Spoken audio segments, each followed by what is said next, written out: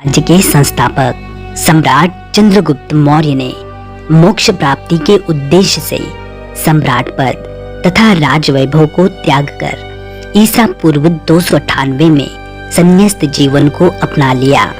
फिर उनके पश्चात उनका पुत्र बिंदुसार मौर्य साम्राज्य का अगला सम्राट बना, जिसने लगभग 26 वर्षों तक शासन किया और अपने पिता से विरासत में प्राप्त विशाल मौर्य साम्राज्य को यथास्थिति बरकरार रखा। चंद्रगुप्त मौर्य जैसे एक महान पिता का पुत्र और अशोक जैसे एक महान पुत्र का पिता होने के बावजूद भी बिंदुसार के जीवन के बारे में हमें तथ्य, तर्क एवं तारीखों के अभाव में काफी कम जानकारी उपलब्ध होती है। ऐसे में बिंदुसार के बारे में जानने की हमारी उत्सुकता और भी बढ़ जाती है। इसीलिए आज की इस वीडियो में हम इतिहास के पन्नों से प्राप्त दुर्लभ जानकारी को संग्रहित करके आपके सामने प्रस्तुत कर रहे हैं। तो आओ दोस्तों, शुरू करते हैं सम्राट बिंदुसार के जीवन से जुड़ी आज की ये वीडियो।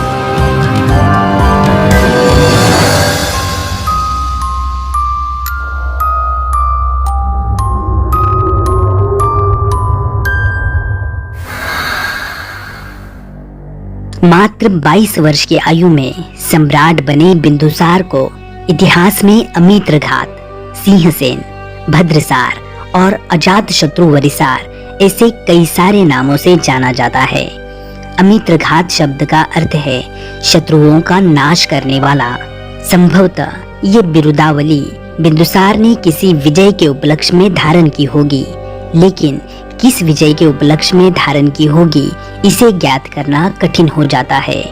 यूनानी इतिहासकार इसी बिरुदावली के अनुरूप बिंदुसार को अमित्रचेट्स, अमित्रकेट्स, अमित्रोकेडिस, अमित्रकेटे ऐसे अलग अलग नामों से पुकारते हैं। जैन ग्रंथ राजवली कथे में बिंदुसार को सिंहसेन तो वायु पुराण में बिंदुसार को भद्रसार कहा गया है। अपने पिता चंद्रगुप्त मौर्य की तरह ही बिंदुसार भी विद्वानों और दार्शनिकों का आदर करते थे। यूनानी इतिहासकार स्ट्रेबो के अनुसार सीरिया के तत्कालीन शासक तथा सेल्यूकस निकेटर के उत्तराधिकारी एंटियोकस प्रथम ने अपने राजदूत डायमेकस को बिंदुसार के दरबार में भेजा था। तो रोमन इतिहासकार प्लिनी के अनुसार टोल्मी द्वितीय फिलाडेल्फस ने भी अपने राजदूत डायोनियस को बिंदुसार के दरबार में नियुक्त किया था। इससे ये प्रतीत होता है कि बिंदुसार के समय में भी मौर्यों के यूनानियों और अन्य विदेशियों के साथ संबंध अच्छे रहे थे। कुछ इतिहासकारों का ये भी मानना है कि बिंदुसार एक विलासितापूर्ण जीवन जीने वाले निष्क्रिय राजा रहे होंगे, क्योंकि उन्होंने सीरिया के राजा एंटियोकस प्रथम को पत्र लिखकर उनसे मीठी मदिरा की मांग की थी तथा उनके कार्यकाल में हुए विद्रोहों को दबाने के लिए उन्होंने खुद की जगह अपने पुत्रों को भेजना उचित समझा। बौद्ध ग्रंथ दिव्यावदान के अनुसार बिंदुसार के कई सारे पुत्र थे, जिनमें से सबसे बड़े पुत्र थे सुशीम, जो कि पश्चिमोत्तर भारत अर्थात तक्षशिला के प्रशासक थे। दिव्यावदान में वर्णन है कि सुशीम के कुप्रशासन से त्रस्त होकर तक्षशिला में लोगों ने विद्रोह किया। इस विद्रोह को दबाने के लिए बिंदुसार ने अशोक को तक्षशिला भेजा। मालवा और उज्जैन में प्रशासक रहे अशोक ने बड़ी ही कुशलता से तक्षशिला के विद्रोह को दबाया और वहां की जनता को शांत किया। इससे मौर्य दरबार में अशोक का प्रभाव बढ़ा और वो उत्तराधिकारियों के सत्ता संघर्ष में सबसे शक्तिशाली प्रतिस्पर्धी के रूप में उभरकर सामने आया।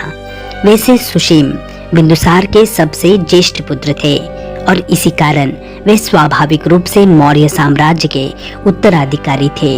लेकिन अशोक की महत्वाकांक्षा के समक्ष सुशीम नहीं टिक पाए। बिंदुसार के जीवन के अंतिम दिनों में उत्तराधिकारियों के बीच सत्ता का यह संघर्ष और भी तीव्र हुआ, जिसके परिणामों को देखने से पहले ही ईसा पूर्व 273 में बिंदुसार की मृत्यु हुई और फिर सुशीम समेत अपने अन्य भाइयों को मारकर अशोक मौर्य साम्राज्य के अगले सम्राट बने। सम्राट अशोक के जीवन का संपूर्ण विवरण हम अगली वीडियो में विस्तार से देखेंगे। तो आज का ये वीडियो आपको कैसा लगा, आप हमें कमेंट बॉक्स में जरूर बताइए। वीडियो को लाइक करके अपने दोस्तों में शेयर कीजिए और चैनल को सब्सक्राइब करके बेल आइकन को ऑल नोटिफिकेशंस पर सेट कीजिए ताकि हमारी अगली वीडियो की नोटिफिकेशंस आपको तुरंत प्राप्त हो।